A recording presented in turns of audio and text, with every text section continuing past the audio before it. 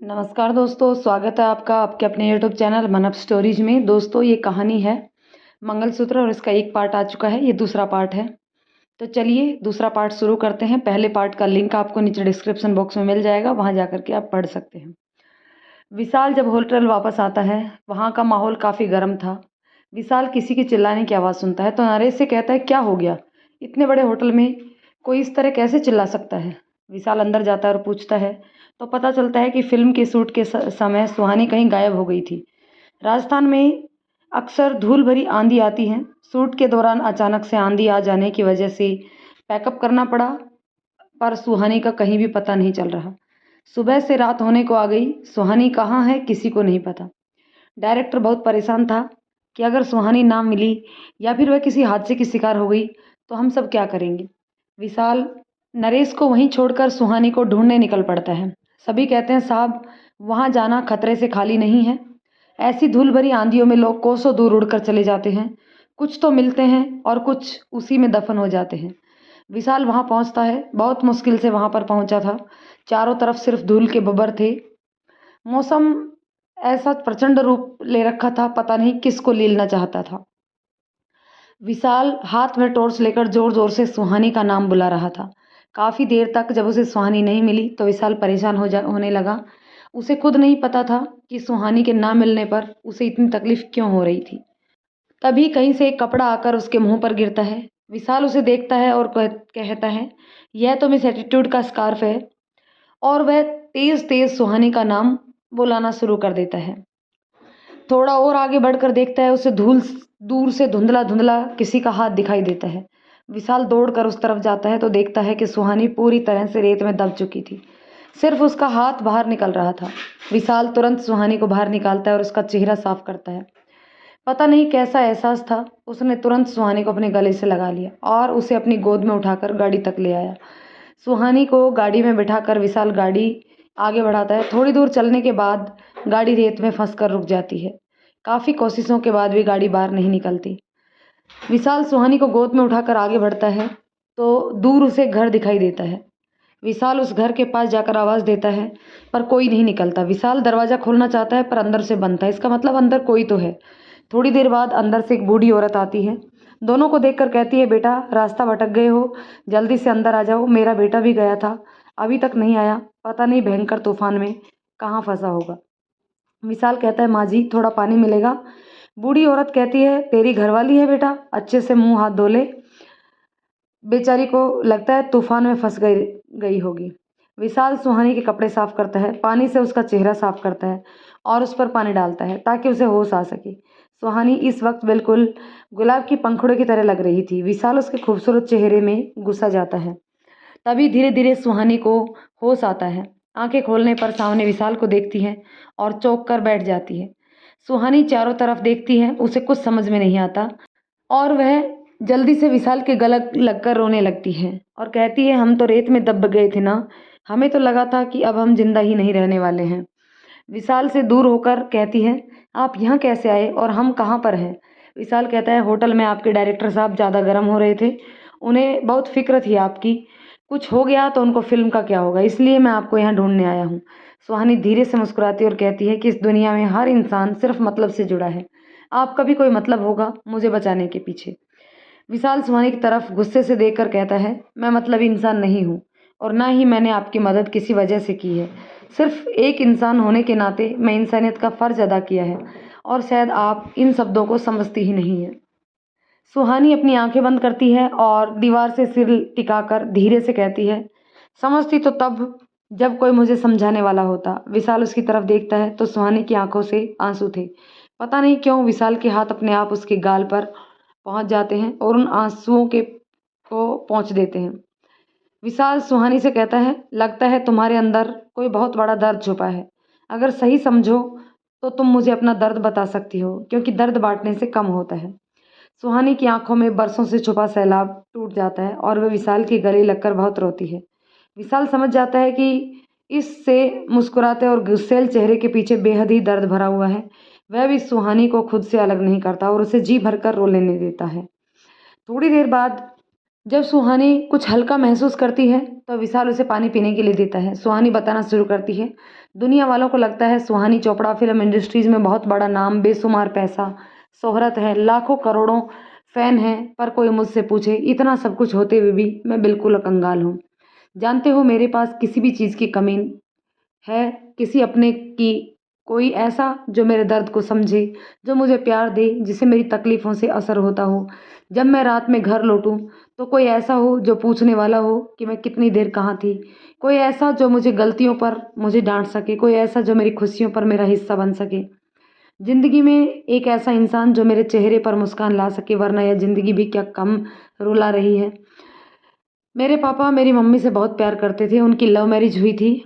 पता नहीं ऐसा क्या हुआ कि मेरी मम्मा डिप्रेशन का शिकार हो गई। इसी कंडीशन में मैं प्रेग्नेंट हुई और जब मैं पैदा हुई तो मेरी मम्मा मुझे हमेशा के लिए छोड़कर चली गई। तुम ही बताओ, इसमें मेरी कोई गलती है क्या?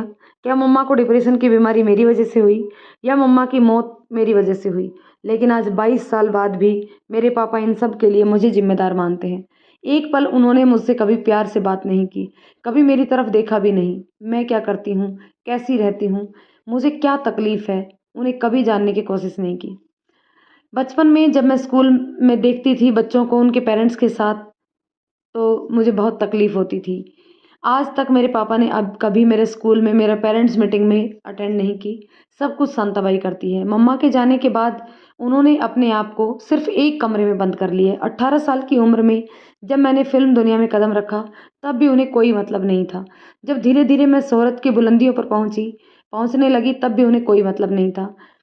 मैं अपनी खुशियाँ उनसे बाँटना चाहती थी, तब भी उन्हें मुझसे कोई मतलब नहीं था। बड़े से बंगले में बिल्कुल अकेली पड़ गई मैं। बचपन तो मैंने किसी तरह काट लिया, पर मुझसे अब यह सब कुछ नहीं सहा जाता।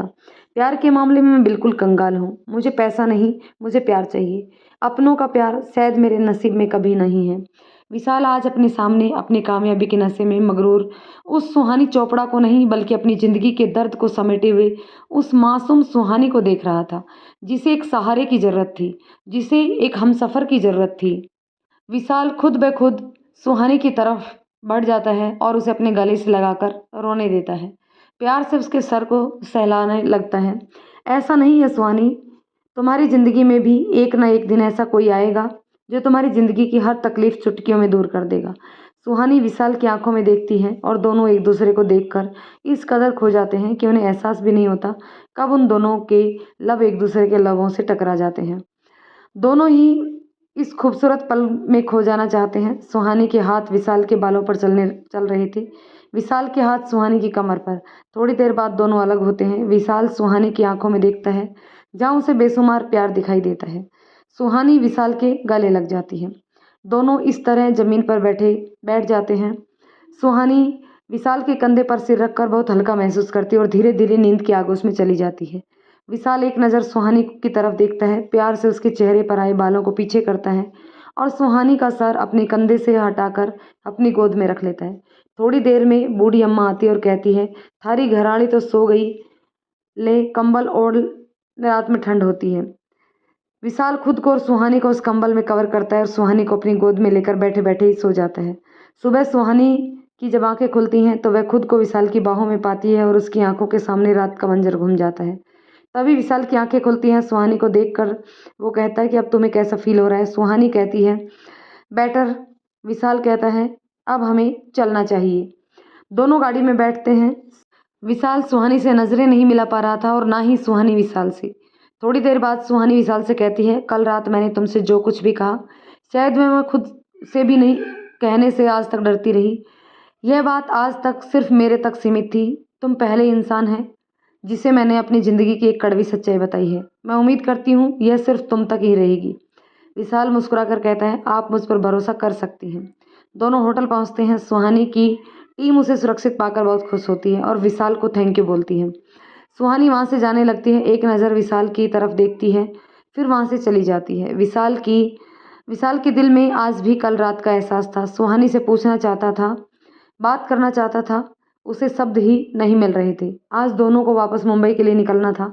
ना तो उन दोनों में से होटल में कोई बात होती है और ना ही रास्ते में। यहाँ तक कि दोनों की फ़्लाइट भी सेम थी, पर वहाँ पर भी उन दोनों में कोई बात नहीं होती। मुंबई आकर सुहानी अपनी ज़िंदगी में व्यस्त हो जाती है और विशाल उस कॉलेज में पहुंचता है जहां पर विक्रमजीत सिंह ने अपनी पढ़ाई की थी। जहां पहुंचकर उसे पता चलता है कि विक्रमजीत सिंह किसी देवयानी नाम की लड़की से बहुत प्यार करता था। पूरे कॉलेज में उनके प्यार की बहुत चर्चा होती थी। कॉलेज रिकॉर्ड से उसे विक्रमजीत और देवयानी की पिक्चर्स भी मिल जाती हैं। कॉलेज से उसे पता चलता है कि देवयानी उसी कॉलेज के प्रोफेसर की बेटी थी और कुछ समय बाद विक्रमजीत, देवयानी वह प्रोफेसर जाने कहाँ गायब हो गए। विशाल कॉलेज के उस प्रोफेसर का एड्रेस निकालता है और फिर चल देता है अपनी मंजिल की तरफ। विशाल प्रोफेसर के घर पहुंचता है पर वहां तो ताला पड़ा था। आसपास के लोगों से पूछने पर पता चलता है कि प्रोफेसर तो आज से 35 साल पहले ही ये घर छोड़कर कहीं चले गए हैं। विशाल घर का दरवाज़ा तोड़कर अंदर जाता है। वहाँ पर उसे वही तस्वीर मिलती है जो उसे राजस्थान में मिली थी। वह इतना तो समझ जाता है कि वह सही रास्ते पर है, पर मंजिल तक कब पहुँचेगा यह नहीं पता। विक्रमजीत सिंह की तस्वीर के अलावा उसे बेहद खूबसूरत लड़की की तस्वीर दिखती है। उस तस्वीर को देखकर विशाल कुछ पल के लिए खो जाता है और मन में कहता है, इस तस्वीर में जो लड़की की पिक्चर है सुहानी से मिलती है। फिर कॉलेज रिकॉर्ड में मिली देवयानी की पिक्चर को निकालता है और मैच कराता है, तो दोनों सेम पिक्चर्स थी। इसका मतलब कि ये तस्वीर देवयानी की ही है। पूरा घर ढूंढने के बाद उसे कुछ खास नहीं मिलता, बस विक्रमजीत और देवयानी की पुरानी यादें ही मिलती हैं। पर उनके दिमाग में सिर्फ एक बात गूंज रही थी, देवयानी का चेहरा हूबहू सुहानी से मिलता है। ऐसा लगता है जैसे माँ बेटी का रिश्ता हुआ हो। किसी भी तस्वीर किसी और की इतनी कैसे मिल सकती है। विशाल सुहानी से मिलने का फैसला करता है और सुहानी के घर पहुंच जाता है। गार्ड्स उसे अंदर नहीं जाने देते क्योंकि उसके पास अपॉइंटमेंट नहीं था। विशाल के पास ना तो सुहानी का नंबर था और ना ही कोई और रिकमेंडेशन। विशाल गार्ड से कहता है, देखिए आप एक बार सुहानी मैडम को बताइए तो जाकर कि विशाल आए हैं आपसे मिलने। आखिरकार गार्ड अंदर जाता है और थोड़ी देर बाद आकर कहता है, जाइए मैडम आपको बुला रही है। विशाल अंदर जाता है और अच्छी तरीके से घर को देखता है। शांता बाई जाती है और कहती है, आप बैठिए, बेबी अभी आती होंगी। विशाल देखता है कि घर में पिक्चर्स और पेंटिंग तो बहुत थी, फैमिली पिक्चर्स बिल्कुल नहीं थी। यहाँ तक कि खुद सुहानी की भी एक भी सिंगल पिक्चर्स नहीं लगी हुई थी। तभी से सामने से सुहानी आती हुई दिखाई देती है। उसे देखकर कुछ पल के लिए उसी में खो जाता है। सुहानी उसके पास आकर उसे यूं खोया हुआ सा देखती है तो चुटकी बजाकर कहती है, अगर आप ख्वाब देख चुके हों तो हकीकत में आ सकते हैं। विशाल उसे देखता और कहता है कि जो खुद चलता फिरता नशा हो, आखिर उसे देखकर इंसान मदहोश कैसे ना हो जाए। सुहानी मुस्कुराकर कहती है, क्या बात है, आजकल इंस्पेक्टर साहब शेर व शायरी भी करने लगे हैं। विशाल कहता है, फिलहाल मैं यहाँ पर एक इम्पोर्टेंट काम के लिए आया हूँ। सुहानी मुस्कुराकर कहती है, यहाँ पर सब काम से ही आते हैं। विशाल कुछ पल सुहानी की आंखों में देखता है और फिर कहता है, क्या मैं पूछ सकता हूँ सुहानी तुम्हारी माँ का क्या नाम है। सुहानी कहती है, देविका चोपड़ा। तुम मेरी माँ का नाम क्यों पूछ रहे हो। विशाल सुहानी की सारी बातें बताता है और कहता है कि उनकी तस्वीर बिल्कुल तुमसे मिलती है। ऐसा लगता है जैसे माँ बेटी हो, बस इसलिए मैंने पूछ लिया। वैसे तुम्हारे पापा का नाम। सुहानी कहती है, विक्रम चोपड़ा। विशाल कहता है, ओके सॉरी सुहानी, तुम्हें परेशान किया। वैसे तुम्हारे घर में किसी फैमिली मेम्बर की कोई पिक्चर नहीं है, यहाँ तक कि तुम्हारी कोई पिक्चर नहीं है। सुहानी कहती है, पापा को बिल्कुल पसंद नहीं, इसलिए कोई पिक्चर नहीं लगाई, बस मेरे रूम में लगी है। तभी सर्वेंट कॉफ़ी लेकर आता है। विशाल कहता है, इसकी क्या ज़रूरत थी सुहानी।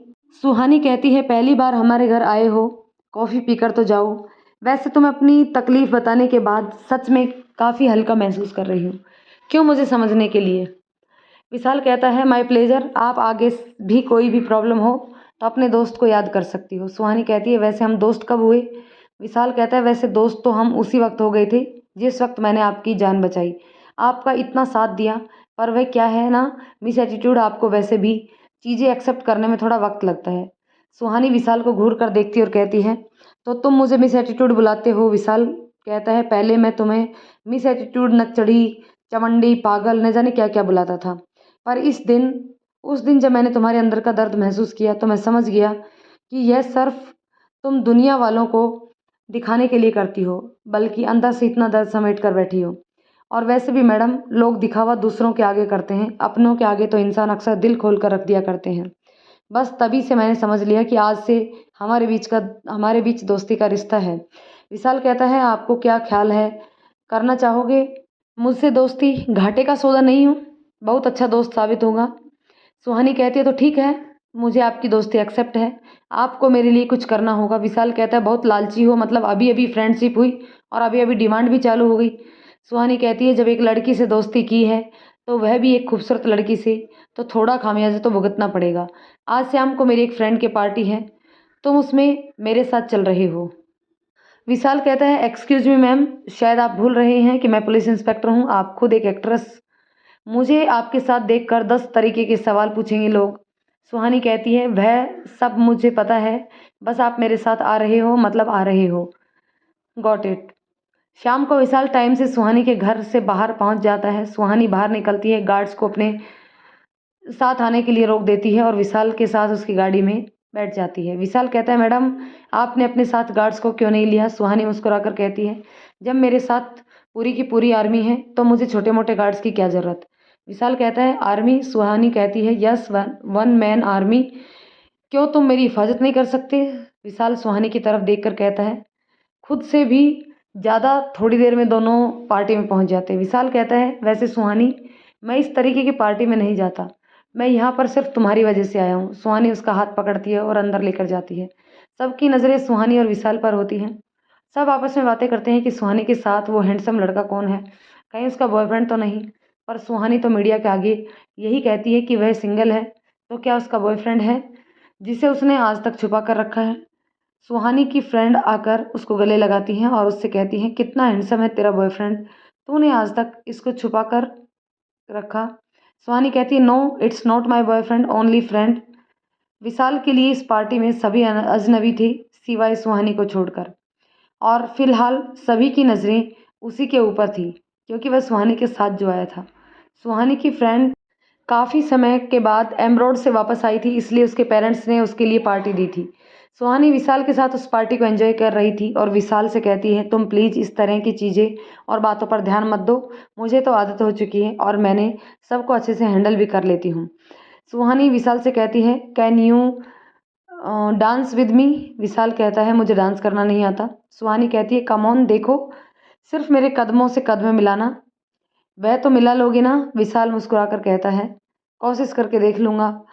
सुहानी विशाल का हाथ थामकर डांस फ्लोर पर लेकर जाती है। विशाल का एक हाथ अपने कमर पर रखती है और दूसरा हाथ अपने हाथ में पकड़कर उसे बताती है कैसे उसे उसका साथ देना है। इस कदर तुमसे हमें प्यार हो गया, हद से ज़्यादा, हद से पार हो गया। दिन तेरी चाहतों में गुजरने लगे, दिल यह चाहे कि तुमसे मिलने चले। विशाल और सुहानी एक दूसरे की आंखों में देखकर डांस करने में खोए हुए थे। उनका ध्यान तब टूटा जब लोगों की तालियां सुनाई दी। सुहानी की फ्रेंड कहती अरे वाह, वैसे सुहानी तेरी जोड़ी बहुत अच्छी लगती है जनाब। जवाब में सुहानी सिर्फ मुस्कुरा देती है। सुहानी की फ्रेंड कहती है चल मैं तुझे अपने पेरेंट्स से मिलवाती हूँ। सुहानी उसके पेरेंट्स से मिलती है और उनके बीच की बॉन्डिंग देखकर, प्यार देखकर उसे फील होता है कि उसकी ज़िंदगी में किस चीज़ की कमी है। सुहानी मायूस हो जाती है, उसे पार्टी में घुटन होने लगती है और विशाल के साथ उस पार्टी से वो बाहर आ जाती है। थोड़ी देर बाद दोनों समुद्र के किनारे बैठे थे। रात की चांदनी में समुद्र का किनारा बेहद खूबसूरत लगता है। विशाल सुहानी से कहता है इतना सैड क्यों फील कर रही हो सुहानी? सुहानी कहती है जानते हो विशाल, जब भी मैं बहुत दुखी होती हूँ ना तो बस यहीं आ जाती हूँ। मुझे यहाँ पर बहुत सुकून, बहुत शांति मिलती है। कभी कभी तो चिल्ला चिल्ला कर यहीं पर अपना दुख तकलीफ निकालती हूँ। विशाल कहता है तुम अपने पापा से बात करने की कोशिश क्यों नहीं करती? सुहानी कहती है उनसे बात करने की कोशिश तक करूँगी जब मुझे अपने पास आने देंगे। खैर छोड़ो, यह तो मेरी लाइफ का एक पार्ट है, अब मुझे उनकी आदत हो गई है। सुहानी अपने सैंडल उतार कर नंगे पैर पानी में चलने लगती है। विशाल कहता है ये क्या कर रही हो तुम? सुहानी कहती है तुम भी आओ ना विशाल, बहुत अच्छा लगता है। विशाल मना करता है पर सुहानी की जिद करने पर वह भी उसके पास आ जाता है। सुहानी विशाल का हाथ पकड़कर दूर तक पानी में चलती है और कहती है पता है न, आज मैंने बरसों बाद इस तरह से खुलकर जिया है, वरना हर वक्त तो गार्ड के साए में ही रहती हूँ। सुहानी विशाल के साथ रेत पर लेटकर चांद को देखती है और विशाल से कहती है वैसे तुम्हारी कोई गर्लफ्रेंड है? विशाल थोड़ी देर सोचता है। सुहानी कहती है बोलते क्यों नहीं? विशाल कहता है अभी सोच तो लेने दो, तूने मेरी काउंटिंग भुलवा दी। सुहानी कहती है मतलब तुम्हारी अनगिनत गर्लफ्रेंड है? देखने में तो तुम बहुत मासूम और भोले लगते हो। विशाल कहता है अब मैं इतना हैंडसम हूँ कि लड़कियां मेरे पीछे आगे पीछे घूमती है तो मैं क्या करूं। सुहानी गुस्से में वहां से जाने लगती है। विशाल उसका हाथ पकड़कर अपनी तरफ खींचता है, जिससे सुहानी सीधे उसके सीने से आकर लग जाती है। विशाल उससे कहता है कि वैसे मैम, मेरी गर्लफ्रेंड, आपको क्यों इतनी दिक्कत हो रही है? कहीं आपको जेल्स फील तो नहीं हो रहा? सुहानी कहती है, ओ मिस्टर, मुझे क्यों जेल्स जेल्स फील होगा? तुम्हारी लाइफ है, जैसे मन में आए वैसे जियो। विशाल सुहानी की बालों के पीछे करते हुए कहता है, तुम्हारी जबान तुम्हारी आंखों के साथ नहीं दे रही। अचानक मौसम खराब होने लगता है। सुहानी कहती है, विशाल, हमें चलना चाहिए। यह मुंबई का मौसम भी ना पल पल में ही बदलता है। तभी बारिश शुरू हो जाती है और गाड़ी तक पहुंचते पहुंचते दोनों थोड़ा सा भीग जाते हैं। विशाल गाड़ी चलाता है पर थोड़ी दूर पर जाकर गाड़ी को रोक देता है, क्योंकि सामने सड़क पर कुछ बच्चे पानी में खेल रहे थे। सुहानी उसे देखकर कहती है, इन बच्चों को देखकर ना मेरा भी पानी में खेलने का मन कर रहा है। विशाल कहता है, बिल्कुल नहीं, आप नीचे नहीं जाएंगी। पहली बात तो बाहर बारिश हो रही है, इसमें अगर आप भीग गई तो बीमार हो जाएंगी। दूसरी बात, अगर किसी ने आपको देख या पहचान लिया तो मुसीबत हो जाएगी, इसलिए चुपचाप बैठिए। विशाल हॉर्न बजाकर बच्चों को हटाने की कोशिश करता है, पर बच्चे इग्नोर कर देते हैं और लग जाते हैं अपनी मस्ती में।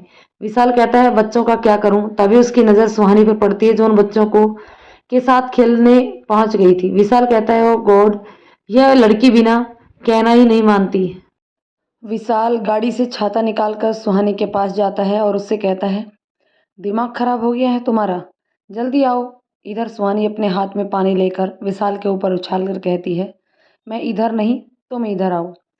सुहानी भी उन बच्चों के साथ पानी में उछल उछल कर खेलने लगी, डांस करने लगी थी। विशाल उसे देखकर कहता है, कोई कहेगा कि इतनी बड़ी एक्ट्रेस है, बच्चों जैसी हरकतें कर रही है। विशाल सुहानी का हाथ पकड़कर उसे अपने साथ ले जाने लगता है, पर सुहानी उसका हाथ पकड़कर अपनी तरफ खींचती है और एक बार फिर दोनों बेहद करीब होते हैं।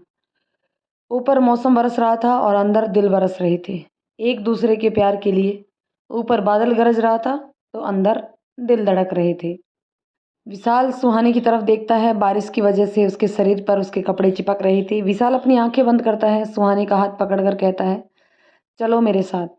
विशाल और सुहानी दोनों एक दूसरे के बेहद करीब थे, दोनों की सांसें एक दूसरे से टकरा रही थी। विशाल सुहानी के कान के पास जाकर कहता है, अगर इसी तरह भीगती रही तो आप बीमार हो जाएंगी। बोलते वक्त विशाल के होठ सुहानी के कानों को छू छू जाते हैं। सुहानी पर एक मदहोशी सी छाने लगती है। सुहानी खूबसूरत पलों में खो जाना चाहती थी। विशाल उसे हाथ पकड़कर ले जाने लगता है। सुहानी कहती है, बहुत दिनों बाद इस तरह खुलकर जीने का मौका मिला है, कम से कम तुम तो मत रोको। सुहानी अपने दोनों हाथ हवा में लहरा कर बारिश का मजा लेने लगती है। थोड़ी देर बाद विशाल कहता है, सुहानी, बहुत हो गया, घर चलो। विशाल सुहानी को गाड़ी में बिठाता है। थोड़ी देर में सुहानी के घर के पास पहुंचकर विशाल सुहानी को कहता है, मैम, आपका घर आ गया। सुहानी विशाल से कहती है, तुम पूरी तरह भीग चुके हो, अंदर आकर ड्रेस चेंज कर लो फिर चले जाना, वैसे भी बारिश बहुत तेज हो रही है। विशाल कहता है, बिल्कुल नहीं, मैं अभी घर जाऊंगा। सुहानी कहती है, तो मेरी इतनी सी बात नहीं मान सकते, तुम्हारे फ़ायदे के लिए ही कह रही हूँ। तभी शांताबाई गाड़ी के पास आकर कहती है, बेबी जल्दी से अंदर आ जाओ, अभी अभी टीवी पर न्यूज़ दिखाई जा रही है कि कुछ देर बाद बहुत तेज़ तूफान आने वाला है। सुहानी विशाल से कहती है, तुम्हारे घर पहुंचने में कम से कम 1 घंटा लगेगा। विशाल, प्लीज़ अंदर आ जाओ, ऐसा ना हो कि तूफान में फंस जाओ। विशाल अंदर आता है। सुहानी शांताबाई से कहकर विशाल को कपड़े चेंज करने के लिए दिलवाती है। विशाल और सुहानी बैठकर कॉफ़ी पीते हैं। विशाल सुहानी से पूछता है, तुम्हारे पापा क्या अपने रूम से कभी बाहर नहीं निकलते? सुहानी कहती है, नहीं निकलते हैं, पर कब निकलते हैं, कब अंदर जाते हैं, कुछ पता नहीं। अब मैंने भी इन चीज़ों पर ध्यान देना बंद कर दिया है। थोड़ी देर में बहुत भयंकर बिजली कड़कने लगी और बारिश बिल्कुल जोरों पर होने लगती है। सुहानी कहती है, देखो, अच्छा हुआ जो मैंने तुम्हें रोक लिया, तुम गेस्ट रूम में रुक जाओ, सुबह चले जाना, क्योंकि मौसम बहुत ख़राब हो चुका है। विशाल कहता है, तुम्हारा घर तो बहुत बड़ा है, यहाँ पर सिर्फ तुम और तुम्हारे पापा ही रहते हैं? सुहानी कहती है, 5 नौकर भी हैं जो पीछे के सर्वेंट क्वार्टर में रहते हैं, और शांताबाई हमारे साथ रहती है। उसे मैं सर्वेंट में काउंट नहीं करती, वह मेरी माँ जैसी है, उन्होंने तो मुझे पाल पोस कर बड़ा किया है। थोड़ी देर बाद विशाल कमरे में बैठकर कहता है, इतना बड़ा घर पर फिर भी इंसान की ज़िंदगी में ना तो सुकून है ना ही चैन। इससे अच्छा तो हमारा 3 कमरे का घर है, कम से कम वहाँ पर सुकून और चैन तो है। थोड़ी देर बाद विशाल का रूम नॉक होता है। विशाल सोचता है इस वक्त कौन होगा, देखता है सामने सुहानी थी। सुहानी विशाल से कहती है, तुम सोने जा रहे थे क्या? विशाल कहता है, कोशिश कर रहा था पर मुझे नई जगह नींद नहीं आती। कहती है, तो फिर अच्छा है, मुझे भी नींद नहीं आ रही, चलो दोनों बैठकर बातें करते हैं। सुहानी एक ब्लैंकेट लेकर बेड पर आ जाती है और कहती है, तुम भी बैठ सकते हो। अच्छा एक बात बताओ, तुम्हारी फैमिली में कौन कौन है? विशाल कहता है, वैसे तो मेरी फैमिली में बहुत बड़ी नहीं है, पर हमारी इस छोटी सी फैमिली में ढेरों खुशी हैं। सिर्फ मेरी माँ पापा और मैं और हमारी बुआ की बेटी भी हमारे साथ रहती है। फिलहाल वह हॉस्टल में रहती है। दरअसल बुआ फूफा की एक कार एक्सीडेंट में डेथ हो गई थी, तो पापा ने ही उसे अपने पास रख लिया। मेरी भी कोई बहन नहीं थी, इसलिए माँ को एक बेटी है, मुझे एक बहन मिल गई। मेरे पापा पुलिस कांस्टेबल थे, उनका सपना था कि मैं बड़ा होकर पुलिस इंस्पेक्टर बनूं, और मैंने भी जी जान से मेहनत की और आखिर उनका सपना पूरा कर दिखाया। माँ पापा के बीच बहुत प्यार है, दिन भर नोक-झोंक भी होती है, पर इस लड़ाई के पीछे जो उनका प्यार छुपा है ना, वो अनमोल है। सुहानी कहती है, बहुत अच्छा लगता होगा ना, मुझे कभी अपने घर ले चलोगे? विशाल कहता है, यह भी कोई पूछने की बात है, जब मर्जी हो तब चलो, हमारे दरवाजे आपके स्वागत में हमेशा के लिए खुले हैं। अच्छा तुम्हारी कोई गर्लफ्रेंड है? विशाल कहता है, मुझे लगता है तुम भी सवाल पहले पूछ चुकी हो। फिलहाल अभी तक तो मेरी कोई गर्लफ्रेंड नहीं है, आगे पीछे तो बहुत पड़ी रहती हैं, पर अभी तक ऐसी कोई मिली नहीं जिससे दिल में खास जगह बनाई हो। सुहानी कहती है, अच्छा तुम्हें कैसी लड़की चाहिए? विशाल सुहानी की तरफ देखकर कहता है, बिल्कुल तुम्हारी जैसी। सुहानी पलकें झुकाकर कहती है, क्या कहा तुमने? विशाल कहता है, मेरा मतलब है जैसा तुम, कभी शांत रहती हो, कभी गर्म रहती हो, कभी सीरियस हो जाती हो, कभी चुलबुली बन जाती हो। सबसे खास तुम्हारे रिश्ते की अहमियत पता है। बस मुझे ऐसी लड़की चाहिए। सुहानी पल भर के लिए शांत हो जाती है। तो विशाल कहता है, वैसे तुम तो फिल्म इंडस्ट्री में जाना माना नाम हो, तुम्हारे तो लाखों करोड़ों चाहने वाले हैं, तुम्हारा कोई बॉयफ्रेंड नहीं है? सुहानी कहती है, लड़के तो हजारों हैं, पर कोई भी बॉयफ्रेंड जैसा नहीं है। विशाल कहता है, तो तुम्हें कैसा लड़का चाहिए? सुहानी मुस्कुराकर कहती है, तुम्हारे जैसा, जो मुझे समझ सके, मुश्किल वक्त में मेरा साथ दे सके, मेरी दौलत नहीं बल्कि मुझसे प्यार करे। बाहर बहुत तेज बिजली कड़कती है, जिससे सुहानी अचानक से डर जाती है। विशाल उसके करीब आकर उसका सर अपने कंधे पर रख लेता है और सुहानी सुकून से आंखें बंद करके इस पल को महसूस करती है। विशाल सुहानी को खुद के ब्लैंकेट में कवर कर लेता है। पता नहीं कब सुहानी की देखते देखते नींद आ जाती है, और सुहानी, वह तो पहले ही सो चुकी थी। सुबह जब दोनों की आंखें खुलती हैं तो दोनों एक दूसरे की बाहों में थे। विशाल सुहानी की तरफ देखकर कहता है, काश मेरी हर सुबह तुम्हें देखकर ही शुरू हो। सुहानी आंखें खुलती है और जल्दी से उठकर बैठ जाती है और कहती है, लो, मैं तो कल यहीं सो गई। विशाल, तुम रेडी होकर नीचे आओ, नाश्ता लगाती हूँ, तुम्हें भी लेट हो रहा होगा ना ऑफिस के लिए, शांताबाई से तुम्हारे कपड़े भिजवाती हूँ।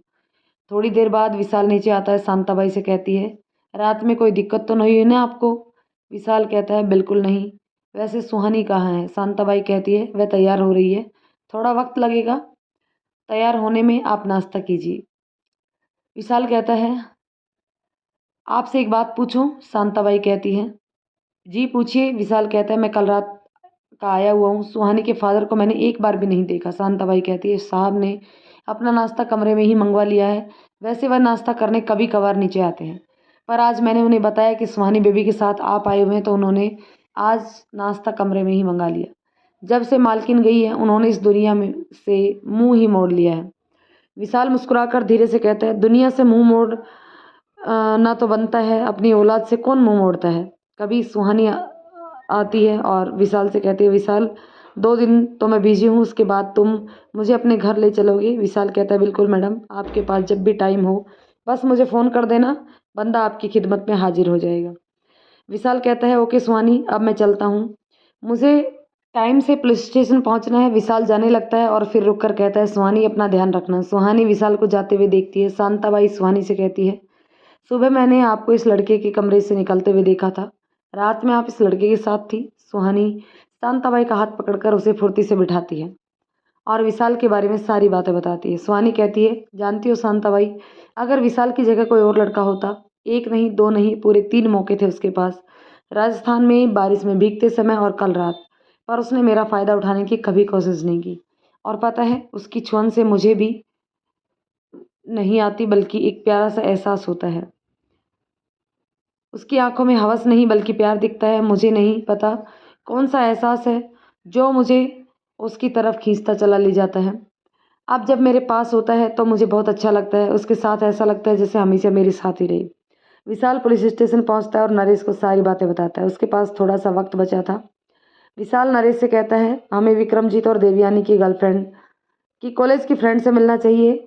शायद उन्हें इस बारे में कुछ पता हो। देवयानी का कोई रिश्तेदार भी तो नहीं मिल रहा और उसके पिता का भी कुछ पता नहीं। दोनों एक बार फिर से कॉलेज पहुंचते देवयानी और विक्रमजीत के दोस्तों का पता लगाने, पर उन्हें वहाँ कुछ भी पता नहीं चलता। विशाल कहता है, 35 साल पहले की बात है। सारा पुराना स्टाफ रिटायर हो चुका है। नए स्टाफ को कुछ पता नहीं है। रिकॉर्ड्स में ऐसा कुछ है नहीं जिससे पता चल सके। विशाल और नरेश चपड़ासी का एड्रेस लेकर उसके पते पर पहुंचते हैं। उसे सारी बातें बताते हैं। वह चपड़ासी आंखें बंद करके थोड़ी देर सोचता है और फिर कहता है, साहब आप प्रोफेसर चोपड़ा की बेटी देवयानी चोपड़ा की तो बात नहीं कर रहे? विशाल कहता है, सर नेम चोपड़ा है उनका। चपरासी कहता है, साहब बहुत गलत हुआ था उस बेचारी के साथ। बहुत ही प्यारी बच्ची थी। विशाल कहता है, ऐसा क्या हुआ था उनके साथ और क्या विक्रमजीत के बारे में कुछ बता सकते हो? वह चपरासी कहता है, साहब पूरी कॉलेज में देवयानी और विक्रमजीत का प्यार मशहूर था, लेकिन कॉलेज के कुछ मनचले लड़कों की गलत नजरें देवयानी पर पड़ गई। कई बार इस बात को लेकर विक्रमजीत और उनके बीच झगड़ा हुआ था। शायद उनमें से एक कॉलेज के प्रिंसिपल का बेटा भी था। थोड़े दिनों बाद मुझे पता चला कि देवयानी बिटिया के साथ कोई हादसा हुआ। मैंने प्रिंसिपल साहब और प्रोफेसर को ऑफिस में लड़ते हुए भी सुना था। और साहब उनके बाद पता नहीं सब कहाँ गायब हो गए। प्रोफेसर साहब को भी नौकरी से निकाल दिया गया था। 2-3 बार कॉलेज में पुलिस भी आई थी, लेकिन किस लिए आई थी यह बात सिर्फ प्रिंसिपल दफ्तर के तक ही सीमित रह गई। विशाल कहता है, पुलिस आई थी इसका मतलब कोई तो ऐसा केस होगा। नरेश जल्दी से पता करवाओ, क्योंकि यह कॉलेज हमारे ही एरिया में आता है। पुराने रिकॉर्ड्स में चेक करो कि क्या देवयानी चोपड़ा के नाम से कोई केस फाइल किया गया है। क्या आप बता सकते हैं कि विक्रमजीत और देवयानी का कोई दोस्त था? आप कॉलेज में पढ़ते थे तो कोई ना कोई दोस्त तो होगा ही। चपरासी कुछ सोचकर कहता है, साहब विद्या नाम की एक लड़की थी। देवयानी बिटिया की दोस्ती थी और विक्रमजीत की दोस्ती, उसके बारे में साहब मुझे कुछ नहीं पता। विशाल कॉलेज से विद्या का एड्रेस निकलवाता है और उसके पास जाता है और देवयानी के बारे में पूछता है। विद्या कहती है, आज इतने सालों बाद पुलिस वालों को फिर से देवयानी की याद कैसे आ गई? विशाल कहता है, देखिए हम मर्डर केस के सिलसिले में जांच कर रहे हैं। विद्या कहती है, क्या आप देवयानी मरने के बाद आएगी? विशाल और नरेश दोनों कहते हैं, देवयानी मर चुकी है। विद्या कहती है, वह आज से 35 साल पहले ही मर चुकी है। मर तो गई बेचारी, उसी वक्त गई थी जब दरिंदों ने उसके साथ दरिंदगी करी थी, पर फिर भी 9 महीने जिंदा रही। बाद में मुझे पता चला कि बच्चे के जन्म देने के बाद वो चल बसी। विशाल कहता है कि क्या आप हमें सारी बातें खुलकर बता सकती हैं और आप विक्रमजीत के बारे में कुछ जानती हैं? विद्या विशाल को बताना शुरू करती है। देवयानी अपने माता पिता की इकलौती संतान थी, जिसकी माँ तो बचपन में ही गुजर गई थी। उसके पिता ने उसे माँ और बाप दोनों का प्यार देकर पाला था। देवयानी के पिता प्रोफेसर आदर्श चोपड़ा देवयानी से बहुत प्यार करते थे। देवयानी एक बहुत ही खूबसूरत लड़की थी। कभी कभी वो मुझसे भी उसकी खूबसूरती की जलन होने लगती थी। मैं देवयानी को स्कूल के समय से ही जानती थी। फिर आदर्श अंकल भी हम दोनों को अपनी कॉलेज में एडमिशन करवा दिया। कॉलेज के पहले दिन ही प्रिंसिपल के बेटे देवयानी की खूबसूरती पर मर मिट जाता। जब भी उसका मन करता वह देवयानी के साथ छेड़खानी करता। मैंने बहुत बार देवयानी से कहा कि वह इसके बारे में आदर्श अंकल को बता दे, पर इस डर से नहीं बता रही थी कि कहीं अंकल की नौकरी पर कोई प्रॉब्लम ना आ जाए। आखिरकार वो प्रिंसिपल का बेटा था। फिर एक दिन हमारे कॉलेज में विक्रमजीत सिंह आया। पूरी कॉलेज में पहला शख्स था जिसने प्रिंसिपल के बेटे के खिलाफ खड़े होने की हिम्मत की और देवयानी की मदद की। यूँ तो देवयानी पर हजारों लड़के मरते थे, पर हमारी देवयानी विक्रमजीत सिंह पर मर मिटी और फिर दोनों की मोहब्बत परवान चढ़ने लगी। प्रिंसिपल का बेटा इस बात से बहुत बहुत ज़्यादा बौखला गया था। उसे लगने लगा था कि देवयानी ने उसे रिजेक्ट किया है और उसके बाद देवयानी से बदला लेने के बारे में सोचने लगा। विक्रमजीत सिंह राजस्थान के एक बहुत ही बड़े संपन्न परिवार से बिलोंग करता था। उसके पिता की जिद थी कि उनके परिवार की बहू राजपूती ही होगी, इसलिए उन्होंने देवयानी को अपनाने से इनकार कर दिया। मुझे आज भी याद है, कॉलेज का आखिरी साल था। विक्रमजीत सिंह अपना घर परिवार छोड़कर हमेशा के लिए देवयानी के पास आ गया। विक्रमजीत ने काम करना शुरू किया ताकि वह देवयानी की जल्द से जल्द शादी करा सके। आदर्श अंकल ने भी उन दोनों का साथ दिया, क्योंकि वह अपनी बेटी से बहुत प्यार करते थे। सब कुछ बहुत सही चल रहा था। देवयानी की ज़िंदगी में ढेरों खुशियाँ थी। आदर्श अंकल ने कॉलेज ख़त्म होने के बाद दोनों की शादी करने का फैसला भी कर लिया था। फिर एक दिन देवयानी ने मेरे पास आकर कहा कि उसकी और विक्रमजीत सिंह की सगाई होने वाली है। मुझे आज भी याद है उन दोनों की सगाई वाला दिन कितना खुश थी देवयानी जब उसकी सगाई विक्रमजीत से हुई। सुबह मुझे पता चला कि सगाई की रात से देवयानी गायब है। विक्रमजीत और आदर्श अंकल हर जगह उसे तलाश कर रहे हैं। 20 दिन दोनों पागल हो गए थे। पुलिस ने भी चारों तरफ देवयानी को ढूंढ लिया पर देवयानी कहीं नहीं मिली। हाँ, यह कहिए कि पुलिस वाले सिर्फ ढूंढने का तमाशा कर रहे थे। चंद पैसों के पीछे उन्होंने अपना ईमान बेच दिया था। और फिर एक दिन बीच सड़क पर देवयानी बहुत ही बुरी हालत में मिली। किसी ने उसे हॉस्पिटल में एडमिट करवाया। जब आदर्श अंकल और विक्रमजीत सिंह को पता चला तो वो दोनों उसके पास गए, पर यह देवयानी वह देवयानी नहीं थी। जिंदा लाश बन गई थी हमारी देवयानी। डॉक्टर ने बताया इसके साथ गैंगरेप हुआ है और वह भी न जाने कितनी बार इसके साथ ज्यादती की गई है।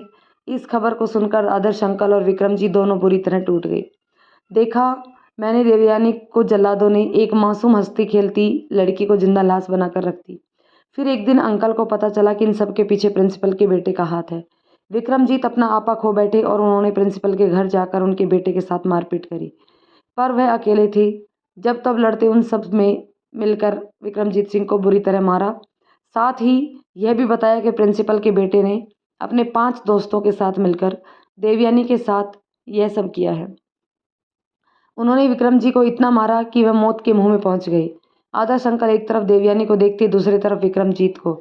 उनकी तो पूरी दुनिया ही उजड़ चुकी थी। एक तरफ देवयानी तो जिंदा लाश बनकर बैठी थी, दूसरी तरफ विक्रमजीत भी धीरे धीरे मौत की तरफ बढ़ रहे थे और पुलिस कुछ सुनना ही नहीं चाहती थी।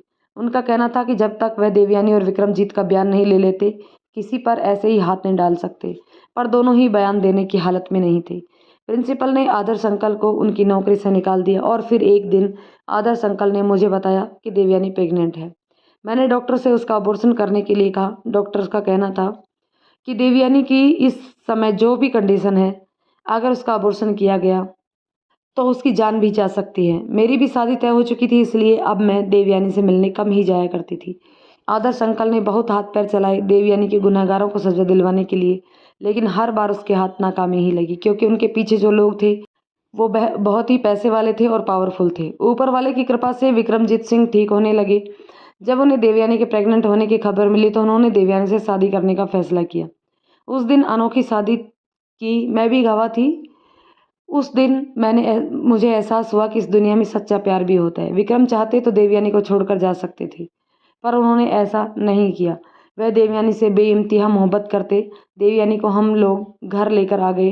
कभी कभार मैं उनसे मिलने जाया करती थी। तो दोस्तों, इस कहानी के इस पार्ट को यहीं ख़त्म करते हैं। मिलते हैं नेक्स्ट पार्ट में। तब तक के लिए कहानी को लाइक शेयर करें। चैनल पर नए हैं तो सब्सक्राइब कर लें। धन्यवाद दोस्तों।